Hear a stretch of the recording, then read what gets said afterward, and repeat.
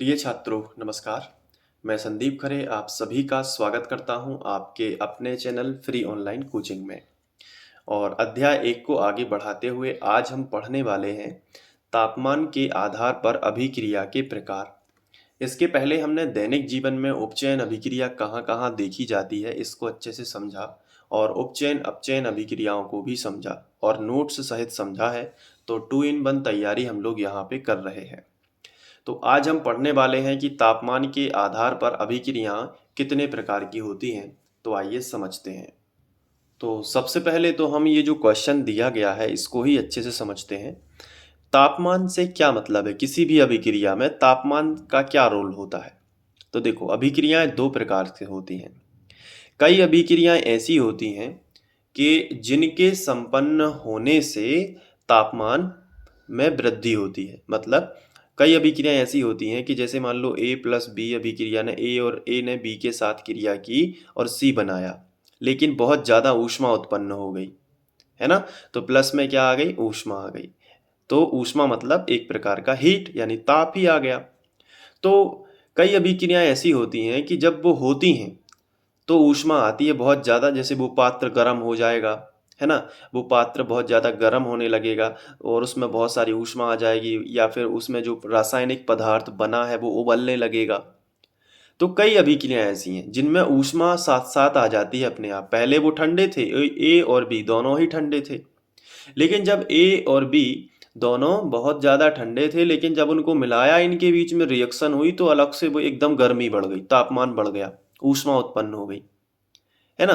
इसका एक सिंपल सा एग्जाम्पल भी हम समझ सकते हैं कि जैसे देखो, दीपावली के टाइम पर क्या होती है? पुताई होती है। तो एक उस पात्र में हम यहाँ पे इस पात्र में क्या लेते हैं? पानी लेते हैं, और इसमें जब वो है कलई, जो है कलई बोलते हैं या चूना बोलते हैं, जब हम इसमें डालते हैं तो क्या होने लगता है? वो यहाँ पे धुआं देने लगता है, एकदम भाप बनने लगता है, ये उबलने लगता है।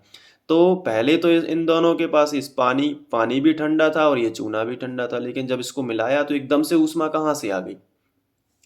तो तापमान का यही मतलब है कि कई अभिक्रियाएं होती हैं जिनमें तापमान अलग से उत्पन्न हो जाता है। पहले नहीं था, बाद में आ जाता है। लेकिन कई अभिक्रियाएं ऐसी होती हैं जिनको तापमान देना पड़ता है। जैसे मान लो यहाँ पे कोई अभिकारक A है, अब इसको हमने तापमान दिया, पहले तो इसको गर्म किया, तब जाके ये B और C में विघटित हो गया। इस बात को आप समझे कि कई अभिक्रियाओं में ऊष्मा अपने आप उत्पन्न होती है, लेकिन कई अभिक्रियाओं को ऊष्मा देनी पड़ती है। ये आपको समझना है, ठीक है। तो तापमान के आधार पर 2 प्रकार, जिनमें ऊष्मा उत्पन्न होती है, अपने आप ऊष्मा उत्पन्न होती है, उन्हें हम कहेंगे ऊष्माक्षेपी अभिक्रिया। और जिनको ऊष्मा देनी पड़ती है उन्हें कहेंगे ऊष्मा शोषी, क्योंकि उनने अपने पास ऊष्मा पहले रखी और फिर उत्पाद बनाए। इसने क्या किया? ऊष्मा का उत्सर्जन करा, मतलब इसे बोलेंगे ऊष्माक्षेपी। तो 2 प्रकार से अभिक्रियाएं होती हैं। अभी हम लोग उदाहरण के साथ में पढ़ेंगे। अभी आप इतना पहले समझ जाओ अच्छे से, ताकि क्या हो, दिमाग में एक सेट हो जाए कि हाँ यार, तापमान के आधार पर भी अभिक्रियाएं होती हैं। कई अभिक्रियाएं ऐसी होती हैं जिनको कराने से ऊष्मा अपने आप ही उत्पन्न होने लगती, मतलब वो पात्र गर्म होने लगेगा, अलग से ऊष्मा उसमें आ जाएगी। और कई अभिक्रियाएं ऐसी होती हैं जिनको हम बर्नर की सहायता से गर्म भी तो करते हैं, जैसे हम इस चित्र में देख पा रहे हैं कि देखो, इस अभिक्रिया को, कैल्शियम कार्बोनेट को तोड़ने के लिए हम इसको गर्म कर रहे हैं।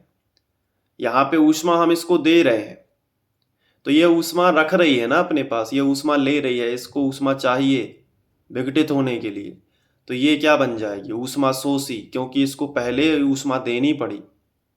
तो ये ऊष्मा शोषी अभिक्रिया है, इसने ऊष्मा को शोषित किया है, इसको ऊष्मा पहले से ही चाहिए।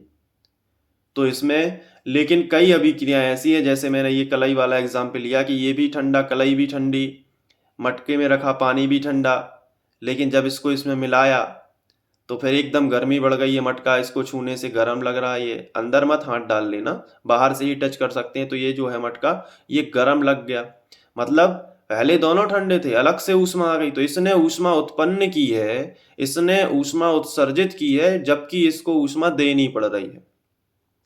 तो ये दो प्रकार की अभिक्रिया, जिसने ऊष्मा उत्पन्न की है वो ऊष्माक्षेपी अभिक्रिया, और जिसको देनी पड़ रही है मतलब उसने ऊष्मा को रखा है अपने पास, शोषित किया है, तो ऊष्मा शोषी अभिक्रिया।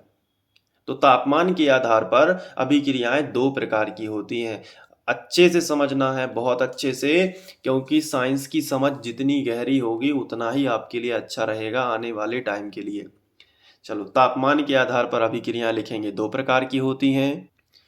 पहला लिखेंगे ऊष्मा क्षेपी अभिक्रिया और दूसरा लिखेंगे ऊष्मा शोषी अभिक्रिया।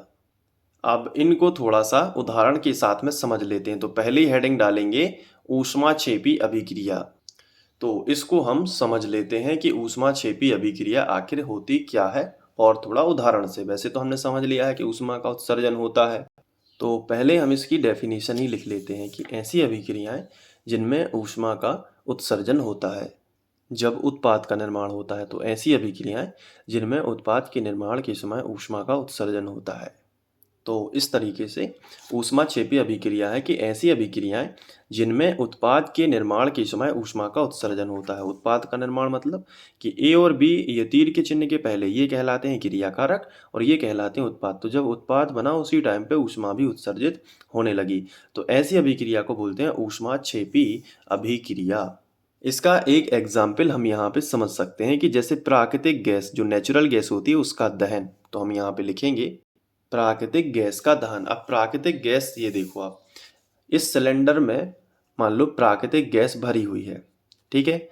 अब जो प्राकृतिक गैस है, अभी तो ये ठंडी है, लेकिन जब इसका दहन होगा तो बहुत सारी ऊष्मा उत्पन्न होगी। आप यहाँ पे देख सकते हो कि जैसे ही ये यहाँ पे दहन होगा, बहुत सारी ऊष्मा उत्पन्न होगी इस तरीके से। और इसका हम वाहनों से भी समझ सकते हैं कि जो व्हीकल्स में प्राकृतिक गैस डलती है, ऊष्मा उत्पन्न होती है, जिसका इस्तेमाल आगे गाड़ियों को चलाने के लिए इंजन में इस्तेमाल होता है, ठीक है। तो हम अलग अलग जगह से भी समझ सकते हैं। तो प्राकृतिक गैस का जो दहन है, ये भी एक ऊष्माक्षेपी अभिक्रिया का उदाहरण है।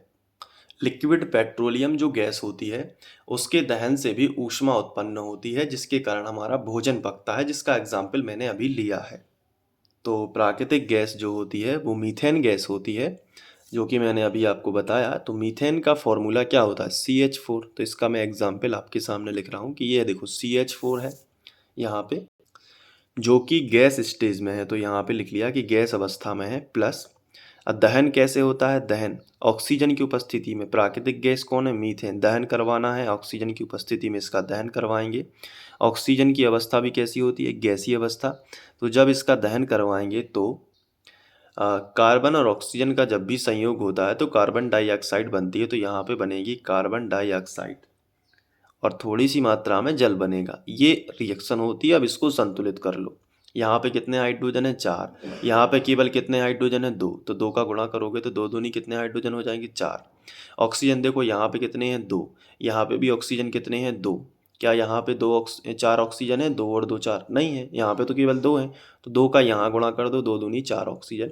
अब ये संतुलित हो जाएगा, और यहाँ पे साथ में ढेर सारी ऊष्मा उत्पन्न हो रही है, तो यहाँ पे लिखेंगे प्लस ऊष्मा।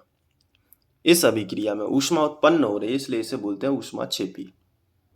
अब हम हेडिंग डालेंगे ऊष्मा शोषी अभिक्रिया। तो इसमें लिख लेना ऐसी अभिक्रिया जिनको मतलब कि संपन्न होना है तो उत्पाद के साथ साथ हमें पहले से ऊष्मा देनी पड़ती है अभिकारक को तोड़ने के लिए। मतलब कोई भी अभिकारक है जो पहले है, मैं यहाँ पे एग्जाम्पल से जो समझा रहा था कि कोई भी अभिकारक है तो इसको तोड़ने के लिए, बी और सी में तोड़ने के लिए इसको ऊष्मा देनी पड़ेगी पहले से। तो हम लिखेंगे ऐसी अभिक्रिया जिसमें अभिकारक को तोड़ने के लिए पहले से ही ऊष्मा देनी पड़ती है। अब जरूरी नहीं है कि ऊष्मा ही दें, प्रकाश भी दे सकते हैं, विद्युत ऊष्मा भी दे सकते हैं, मतलब विद्युत ऊर्जा, और तीनों का फॉर्म ऊष्मा ही बनता है बाद में। तो इसलिए इसका नाम ऊष्मा शोषी। तो ऐसी अभिक्रियाएं जिसमें अभिकारक को तोड़ने के लिए इस तरीके से ऊष्मा या फिर प्रकाश या विद्युत भी हो सकती है यहाँ पे। तो लिखेंगे या विद्युत ऊर्जा की आवश्यकता होती है, विद्युत ऊर्जा की आवश्यकता, यहाँ पे लिखेंगे आवश्यकता होती है। जैसे यहाँ पे A है तो इसको तोड़ दिया तो B प्लस C में बना। ऐसे तो A को ऊष्मा चाहिए, वैसे ही हम यहाँ पे एक एग्जाम्पल बताते हैं। देखो अभी हमने इसके पहले देखो ये किया था ना, कैल्शियम कार्बोनेट, इसको तोड़ना है तो हमने ऊष्मा दी तो हम लिख सकते हैं कि CaCO3, इसको तोड़ना है तो दो भागों में बटेगा, CaO प्लस CO2। तो इसको हमने क्या किया है, गर्म किया है, ठीक है, तब ये जाके टूटा है। तो इसमें हमें ऊष्मा पहले से ही लग गई है तो माइनस हम लिखेंगे ऊष्मा, इसमें प्लस ऊष्मा, इसमें माइनस ऊष्मा। तो ये जो है ऊष्मा शोषी अभिक्रिया का एक एग्जाम्पल हो जाएगा और ये ऊष्मा क्षेपी अभिक्रिया का एक एग्जाम्पल हो जाएगा। और इस तरीके से आप इसको अच्छे से नोट कर लेना। तो तापमान के आधार पर अभिक्रियाएं दो प्रकार की हैं, दोनों को हमने चित्र के माध्यम से समझा है। अब हम आगे बढ़ेंगे, नेक्स्ट क्वेश्चन करेंगे।